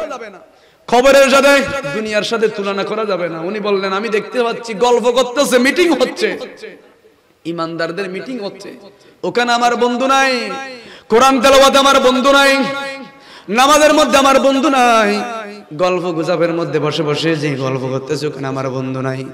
আমার বন্ধুটা কোথায় খুঁজতে লাগলেন, দেখা যাচ্ছে কিছু দূর যখন গেলেন, একজন বুড়া মানুষ, সাদা দাড়িওয়ালা মানুষ ওই স্বর্ণের মালিককে এমন ভাবে জড়িয়ে ধরলেন, বললেন, তুই স্বর্ণের ব্যবসায়ী ছিলি, দুনিয়ার মধ্যে তোর একটা স্বর্ণের দোকান ছিল, দুনিয়ার মধ্যে তোর একটা স্বর্ণের দোকান ছিল, ঠিক কিনা বলেন? বলে ঠিক, আমার স্বর্ণের দোকান ছিল, তুই আমার থেকে একানা পয়সা ধার নিয়েছিলি, দেশ নাই, এই কবরের মধ্যে এমন ভাবে জড়িয়ে ধরলেন। বুড়ো মানুষ কিতাবের মধ্যে আসলেন, উনি লড়তে চড়তে পারতেছেন না।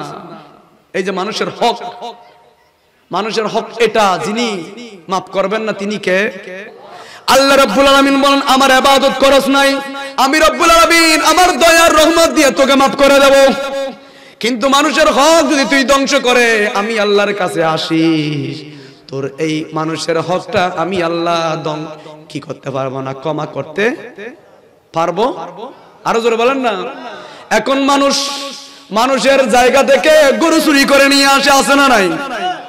দরবার থেকে গরু চুরি করে নিয়ে আসে, হাঁস চুরি করে নিয়ে আসে, বিভিন্ন জিনিস চুরি করে নিয়ে আসে, ডেকসি চুর আছে না নাই? গরু চুর আছে না নাই?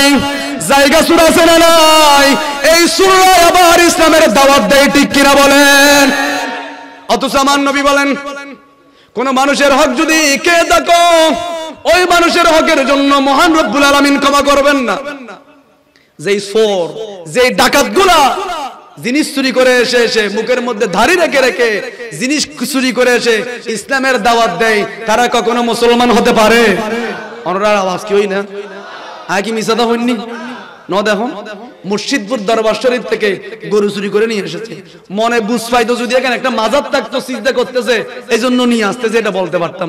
এখানে একটা মাজারও নাই, শুনলাম এখানে একটা মাজারও নাই। তো এই ডাকাতগুলা ওইটার তহমত দিয়ে আসলে এটা দিনে দুপুরে ডাকাতি করেছেন, ঠিক কিনা বলেন? এগুলো শূন্য, এগুলো এক একজন বড় বড় ডাকাত। মোষ চুরি করেছেন, ছাগল চুরি করেছেন, ডেকসি চুরি করেছেন, মামলা হয় নাই। তাহিরি ভাই মাহফিলের মধ্যে বসে কোনো কিচ্ছু বলে নাই, কিন্তু বাতিল্লা মামলা দিয়েছেন। বুঝতে হলো ওই তাদের আব্দুল ওয়াহাব নজদির বংশধররা, তারা সত্য মিথ্যা পার্থক্য করে না, ক্ষমতার জন্য সব করতে পারে, কথা বলেন ঠিক কিনা?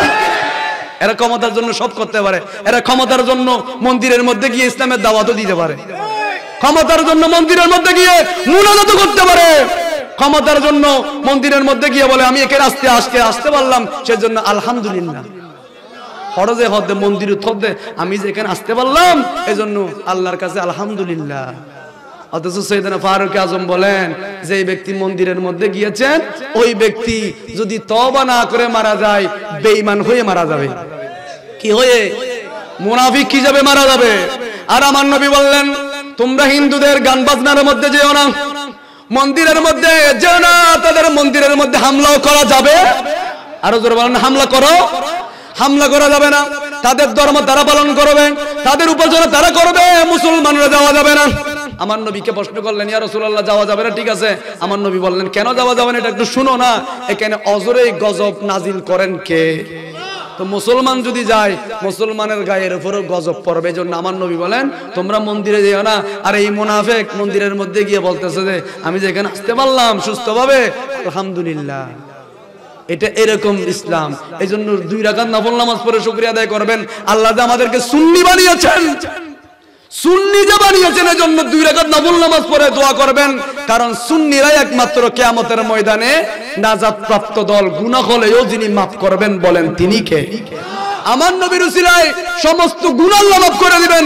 কারণ আল্লাহ রাব্বুল আলামিন বলেন একমাত্র আমার হাবিবুল্লাহ যেদিকে রাজি হয়ে যাবে আমি তার গুনাহ দেখব না, আমার হাবিবের চেহারা ওয়াদহার দিকে তাকিয়ে জীবনের গুনাহ মাফ করে দেব। ওই যে উনি বললেন আমি তো ওখানে দেখতেছি না, আমার বন্ধু তো নাই, দেখতেছি না, বুড়ো একজন মানুষ আমাকে এমন ভাবে জড়িয়ে ধরলেন আমি নড়তে পারতেছি না। এজন্য ইমানদারদের ক্ষমতা দুনিয়ার মধ্যে নয়, কবরের মধ্যে যিনি বাড়িয়ে দিবেন তিনি কে? বুড়া মানুষ ধরেছেন অথচ আমি যুবক মানুষ নড়তে চড়তে পারতেছি না। দুনিয়ার ক্ষমতা নয়, এটা কবরের ক্ষমতা, ঠিক কিনা বলেন না? নড়াচড়া যাচ্ছে না। ও যে আমার থেকে তুই 1 আনা পয়সা নিয়েছিলি, দে এখন ফেরত দে, এখন দিবি। তখন উনি বললেন আমি তো এখানে টাকা নিয়ে আসি নাই। তুই কেমনে আসলি? আমি এটা বলার সুযোগ দিচ্ছি আর এখন দে, জিকির শুরু করে দিই, এখন দে আমার টাকা, এখন দে। কিছুক্ষণ পর দেখা যাচ্ছে বন্ধু একদিক থেকে হেঁটে হেঁটে আসতেছে, সুবহানাল্লাহ বলেন।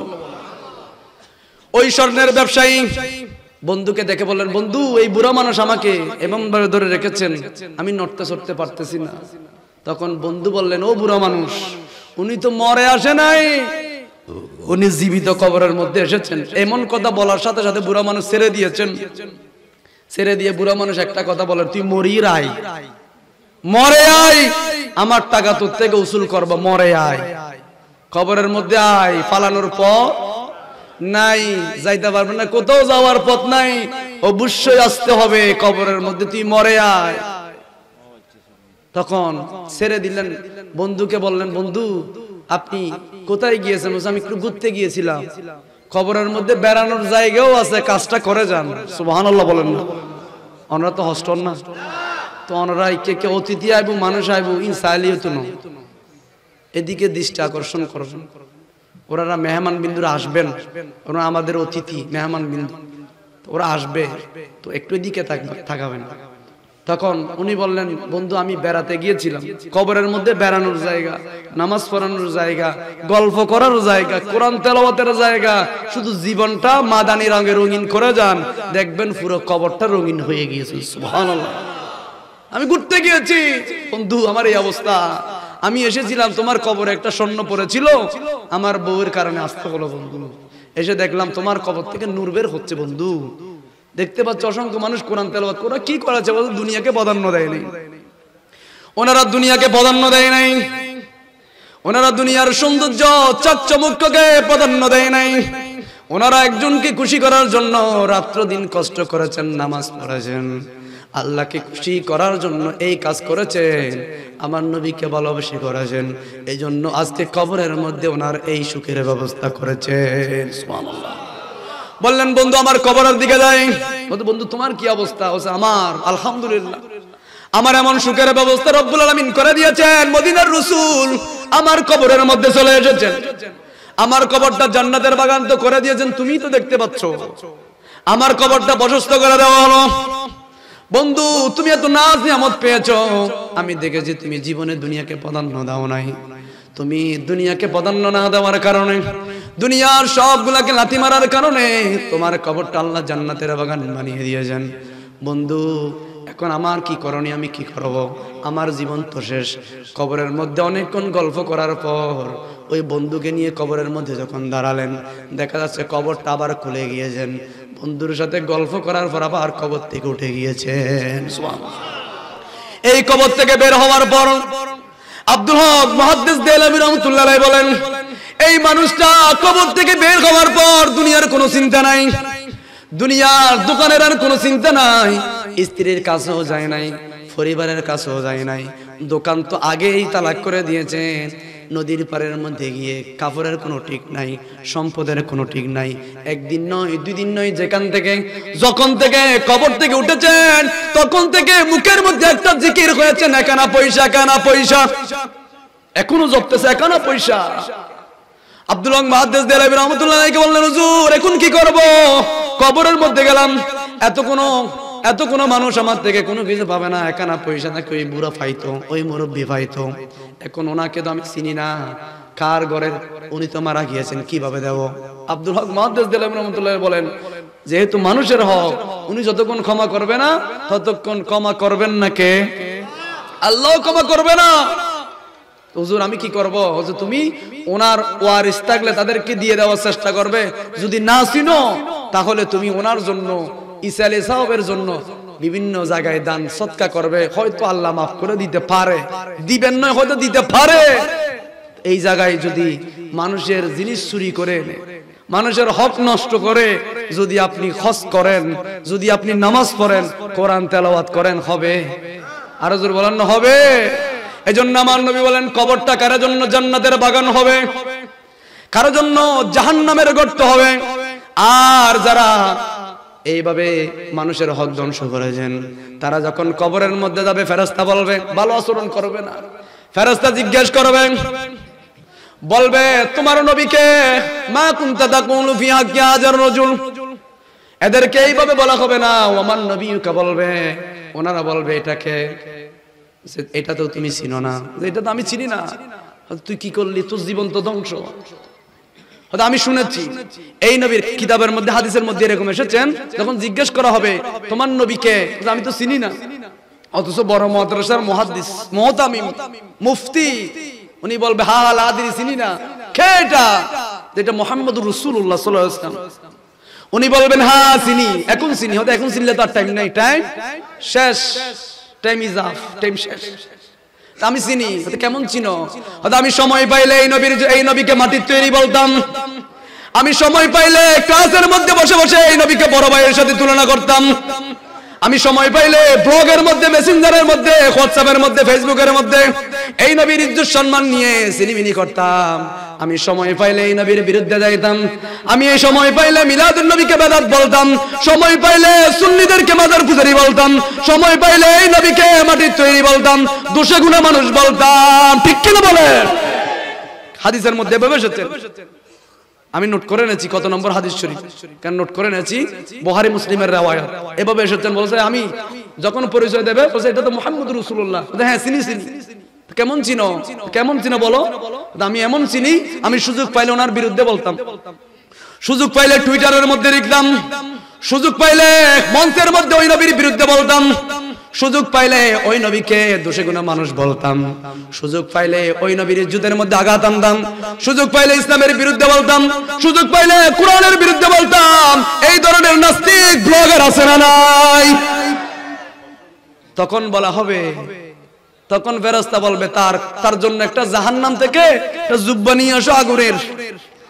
আমার নবী বলবেন ও দুনিয়ার মানুষ, জাহান্নামের আগুনগুলো কেমন হবে? এটা নারুল্লাহ, এটা আল্লাহর আগুন, দুনিয়ার আগুন। আমার নবী বললেন দুনিয়ার আগুন দেহের যদি আঙ্গুলের আগে আঙ্গুল পুড়ে যায়, মুখের মধ্যে লাগলে মুখ পুড়ে যায়, হাতের মধ্যে লাগলে হাত পুড়ে যায়। আমার নবী বললেন জাহান্নামের আগুন কিন্তু এমন আগুন নয়, দেহের যেই জায়গার মধ্যে লাগুক না কেন সর্বপ্রথম কলিজাটা পুড়ে সারকার হয়ে যাবে।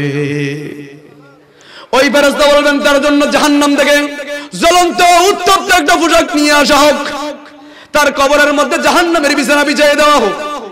আমার নবী বললেন যারা সুদ খেয়েছেন, ঘুষ খেয়েছেন, টাকা অপব্যবহার করেছেন, দেশের টাকা বিদেশের মধ্যে পাচার করেছেন, আছে না নাই? আমার নবী বলবেন তাদের টাকাগুলা তাদের কাদের মধ্যে চাপিয়ে দেওয়া হলো। সাহাবায়ে ইকরাম জিজ্ঞেস করলেন ইয়া রাসূলুল্লাহ, এত অল্প একটু খাত এখানে কেমন করে এত বড় জায়গা সহ্য হবে? আমার নবী বললেন কবরটা এমন হবে, ওই ব্যক্তির কাঁধটা এমন হবে, কিয়ামতের ময়দানে তার কাঁধটা উহুদ পাহাড়ের মতো বড় করে দেওয়া হবে, ঠিক কিনা? বড় করে দেওয়া হবে। আমার নবী বললেন কবরের মধ্যে দুইটা সাপ, একটা সাপ আসবে পুরো শরীরের মধ্যে চোখ আর চোখ থাকবে, ওই সাপটা দুনিয়ার মধ্যে যদি নিঃশ্বাস ফেলতো, দুনিয়ার মধ্যে কোনো ফসল হতো না, দুনিয়ার মধ্যে কোনো গাছ থাকতো না, দুনিয়ার মধ্যে কোনো মানুষ থাকতো না, একটা নিঃশ্বাস ফেললে দুনিয়ার সব কিছু ধ্বংস যিনি করতেন বলেন তিনি কে? আমার নবী বললেন ওই সাপটার মাথা হবে দুইটা, একটা সাপ দুইটা মাথা হবে, গলার মধ্যে ফেস দিতে লাগবেন, ফেস দিতে দিতে দিতে দিতে মাথার এই দিকে এসে এমন ভাবে সুবল মারবেন। আমার নবী বলবেন ও আমার সাহাবায়ে কেরাম, এই দুনিয়ার মধ্যে ওই সাপটা যদি একটা নিঃশ্বাস ফেলতো দুনিয়া ধূলিসাৎ হয়ে যেত। এরকম বিষধর সাপগুলা বেঈমান, নাস্তিক, বলৎকার বলা, ওই যে সুদখোর, ঘুষখোর, ওয়াহাবি, নজদি, লামাযহাবিদের কবরের মধ্যে গলার মধ্যে যিনি দিবেন বলেন তিনি কে? এইভাবে চলবে। একদিন নয়, দুই দিন নয়, ইমানদারের জন্য বলা হবে জান্নাতের দরজাগুলো খুলে দেওয়া হোক, পোশাক নিয়ে আসো জান্নাতি পোশাক। আমার নবী অভয় দিয়ে বলবেন, ওই ইমানদাররা ঘুমাতে থাক, নাম কানমিন অরস আরস, ঘুমাতে থাক। বলবেন তুই ঘুমাতে থাক, তোর ঘুম শেষ হবে না। যখন ইসরাফিল আলাইহিস সালাম আল কারিয়া তুমাল কারিয়া ওয়া মা আদরাকা মাল কারিয়া এইভাবে যখন ফুৎকার দেবেন, তখন ওই মানুষের ঘুম যিনি ভাঙবেন বলেন তিনি কে? উনি আল্লাহর কাছে ফরিয়াদ করবেন, মালিক এখনই তো ঘুমালাম, এখনো 10 মিনিট হয় নাই, 2 মিনিট হয় নাই, ঘুম ভাঙালো কে? ঘুম ভাঙালো কে? আল্লাহ বলবেন 10 মিনিট নয়, কোটি কোটি বছর হয়েছেন, তুমি তো জানো না। উনি বলবেন রব্বুল আলামিন কোটি কোটি বছর তো অনুভূত হয় নাই, মনে হলো এখনই ঘুমালাম। আর যারা নাস্তিক, বালাউন, ফেরাউন, যারা নবী বিদ্বেষী, কোরআন বিদ্বেষী, যারা ইসলাম বিদ্বেষী, আহলে সুন্নাত ওয়াল জামাতের বাইরে যারা রয়েছেন, ওই ব্যক্তিদের কোনো ঘুম নাই, ওই ব্যক্তিদের কোনো শান্তি নাই। কবরের মধ্যে সবল দিতে থাকবেন, কন্টিনিউয়াস, প্রতিনিয়ত সবল দিতে থাকবেন। ওখানে আর মৃত্যু নাই, ওখানে কোনো ধরনের মৃত্যু নাই, সবল দিতে থাকবে। আযাব চলবে, আগুন চলবে, কবরের মধ্যে আগুন জ্বলতে থাকবে। এজন্য দেখেছেন অসংখ্য কবর থেকে আগুন বের হয়। আবার দেখা যায় অনেক নেককারা মানুষ, ফরেজগারা মানুষ 10 বছর আগে মারা গিয়েছেন, 20 বছর আগে কবরস্থ করেছেন।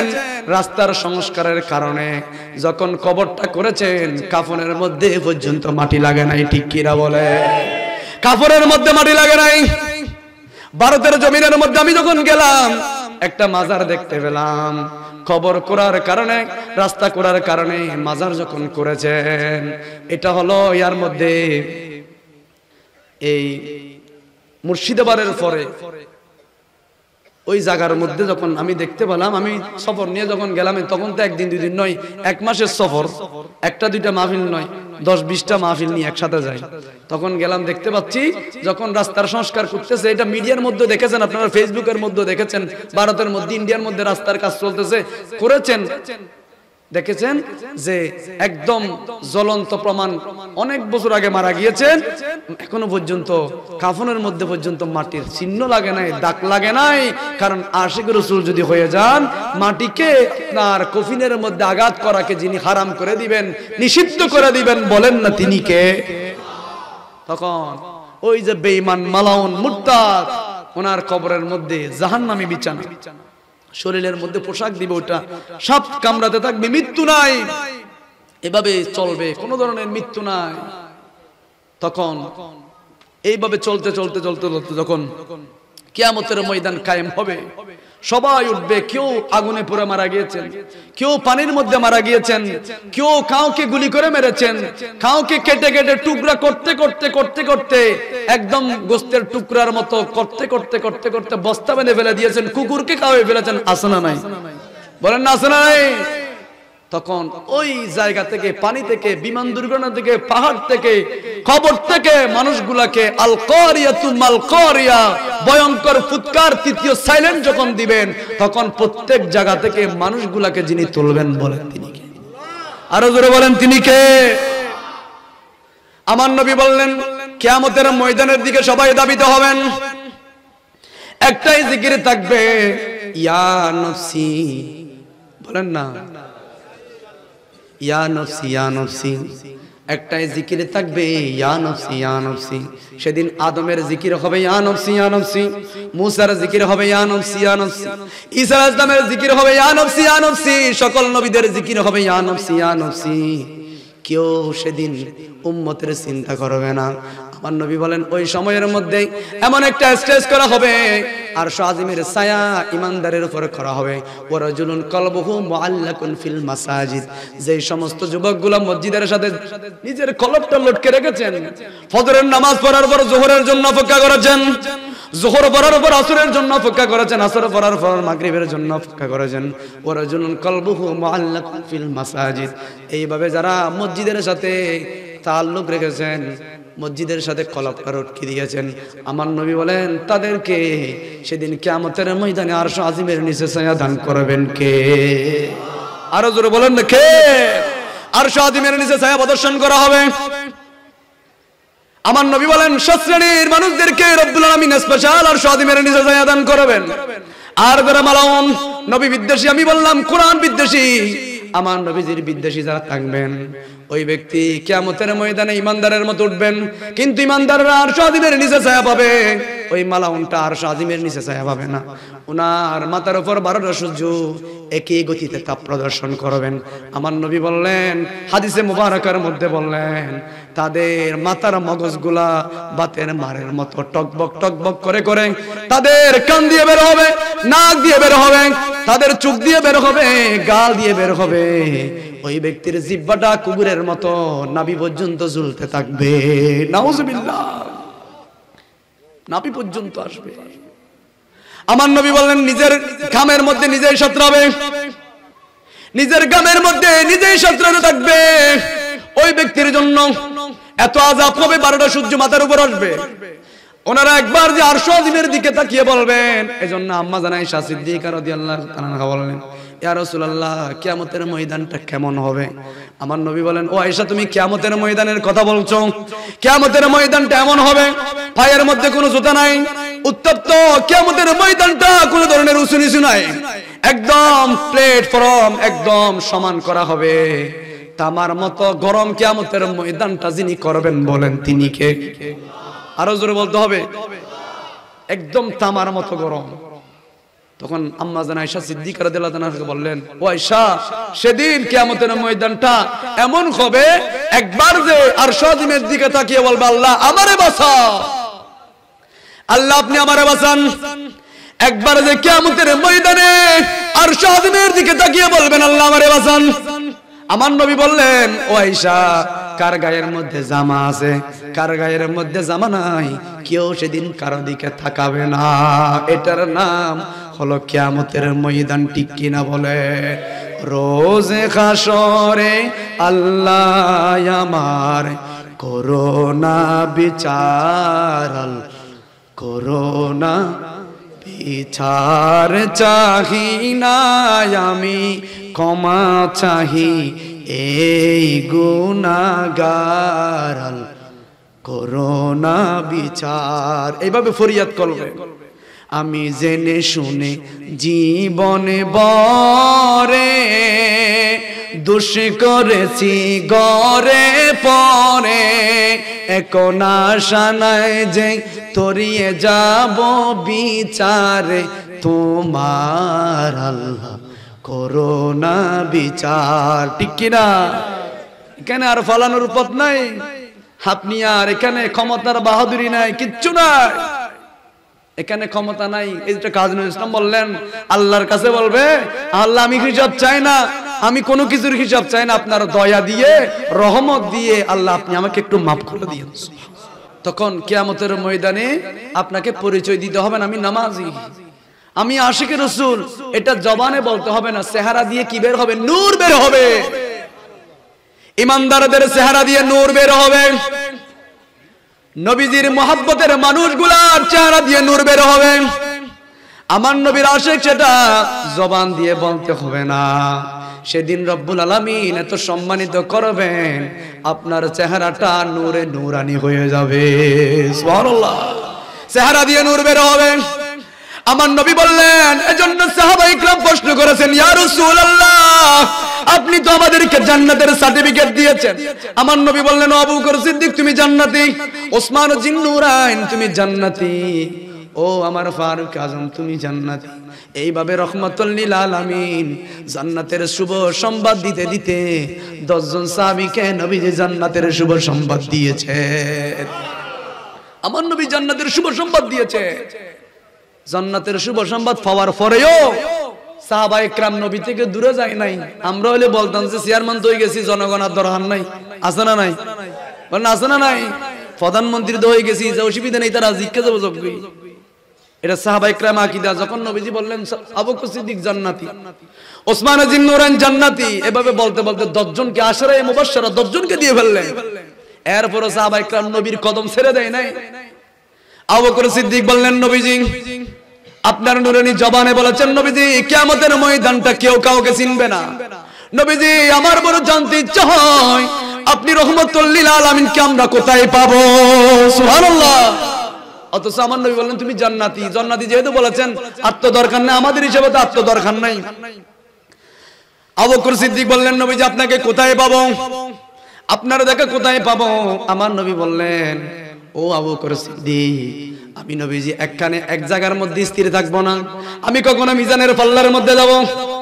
আমার গুনাহগার উম্মতদের আমলনামা যখন মাপা হবে, যখন গুনাহগার হবে, বদকার যখন হবে, গুনার পাল্লাটা যখন বেশি হয়ে যাবে, আমি রহমাতুল লিল আলামিন তারা যে মাহফিলের মধ্যে বসেছেন, দরুদ যে পড়েছেন, এই দরুদগুলা আমার পকেট থেকে বের করে দিয়ে তাদের মিজানের পাল্লার মধ্যে আমলনামাটা বাড়ি করে দেব।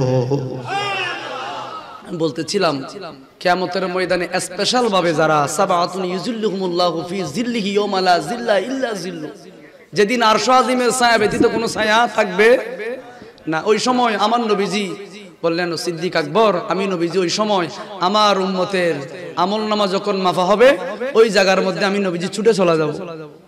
যদি আমলনামার মধ্যে গুনাহ বেশি থাকে, নবীজির দরুদ শরীফ, আমার নবীজি দরুদ শরীফ গুলো রাখবেন, আমলনামার মিজানের পাল্লা ভারী হয়ে যাবে। সুবহানাল্লাহ।